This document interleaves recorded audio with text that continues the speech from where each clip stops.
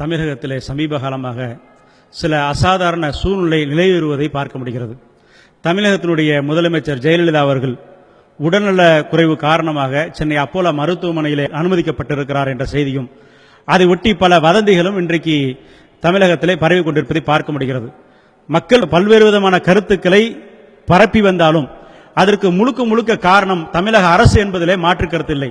ஒரு முதல்வர் மருத்துவமனையில் அனுமதிக்கப்பட்டிருக்கிறார் என்று சொன்னால் அது அவருடைய தனிப்பட்ட விஷயம்.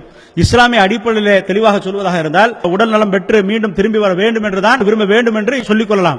ஆனால் அதைத்தான் நாமும் எதிர்பார்க்கிறோம். ஆனால் இருந்தாலும் கூட ஒரு மக்களால் தேர்ந்தெடுக்கப்படக்கூடிய ஒரு முதலமைச்சர் அவர் என்ன நிலையிலே இருக்கிறார் என்று தெரியாததோடு நாட்டிலே பல்வேறு விஷயங்களுக்கு தீர்வு கிடைக்காமல் இன்றைக்கு பலர் ஒரு சிக்கலிலே தவிப்பதை பார்க்க முடிகிறது. டிக்கெட் எடுத்தவர்கள் ஒரு ஊர்ல இருந்து இன்னொரு ஊருக்கு போக முடியல. பல டிக்கெட் ரிசர்வ் செய்தவர்கள் டிக்கெட்டை கேன்சல் செய்து கொண்டிருக்கிறார்கள். ரோட்டில் நடந்து கொண்டிருக்கும் போது திடீர்னு ஒரு போலீஸை பார்த்தால் ஒரு பயம் ஏற்படுகிறது.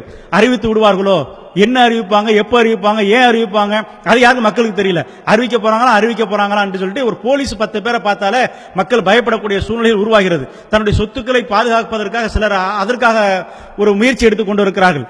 இப்படிப்பட்ட ஒரு அசாதாரண சூழ்நிலை நிலவும் பொழுது வெளிப்படையாக சொல்ல முதல்வர் உடல்நல கோளாறு காரணமாக இருக்கிறார், இன்னும் 2 நாளில் வருவார், இன்னும் 1 வாரத்தில் வருவார், அவரை உங்களுக்கு மத்தியில் விளக்குவார் சொல்லுவார், வேலை முடிஞ்சு போச்சு. அவரை பத்தி எதுவும் காட்டாமல் அவரை பார்க்க போகக்கூடிய ஆளுநர் உட்பட மிக உயர்ந்த பொறுப்பில் இருக்கக்கூடியவர் கூட நான் நேரடியாக சந்தித்தே நல்லா இருக்கிறார் சொல்ல மாட்டேங்கிறாங்க. இன்னும் சொல்ல போனார் அவர் உடல் நலம் பெற்று மீண்டும் திரும்பி வர வேண்டும். ஆனால் அதே நேரத்தில் நேற்றைய அப்போலோ நிர்வாகம் அறிவித்திருக்கிறது முதல்வர் ரொம்ப நாட்களாக இன்னும் அதிக நாட்கள் மருத்துவமனையில் தங்கி அவர்கள் வைத்தியம் செய்ய வேண்டும் என்று அப்போலோ நிர்வாகம் அறிவித்திருக்கிறது. அப்படி என்று சொன்னால் அவர் எப்ப வருவார், எத்தனை நாள் ஆகும் சொல்லவே முடியாது. பல்வேறு சிகிச்சை செய்யப்படுவதாகவும் சொல்லப்படுகிறது. அவருக்கு சுவாச கோளாறு இருக்குது, இதய கோளாறு இருக்கிறது, சக்கர நோய் இருக்கிறது, அந்த தொற்று நோய் இருக்கிறது, பல்வேறு விஷயங்கள் சொல்லப்படுகிறது. செயற்கை சுவாசத்தோடு தான் அவர் சிகிச்சை பெற்று வருகிறார் என்று சொல்லப்படுகிறது. அப்ப இப்படி பல நாட்கள் நடக்கும் என்று சொல்லும் பொழுது இந்த மாநிலத்தினுடைய முதல்வர் யார் என்று அறிவிக்க வேண்டிய தருணம் இருக்கிறது. அவர் முதல்வராக இருக்கட்டும், அவருக்கு அடுத்த நிலையில் இவர்தான் என்று சொல்லணுமா இல்லையா?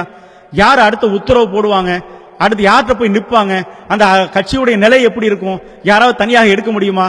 யாரும் தன்னுடைய அதிகாரத்தை கையில் எடுக்க முடியாது. அப்படிப்பட்ட நிலையில அடுத்த துணை முதல்வரோ அல்லது அவருடைய நிலையில் இருக்கக்கூடிய யாராவதோ இவர்தான் முடிவெடுப்பார் என்று வெளிப்படையாக அறிவித்தார் என்று சொன்னால் மக்கள் நிம்மதியாக இருப்பார்கள், நாடும் நல்லா போகும், நிர்வாகம் சீராக இருக்கும் என்பதை மட்டும் இப்போதைக்கு சொல்லிக் கொள்கிறோம். Allah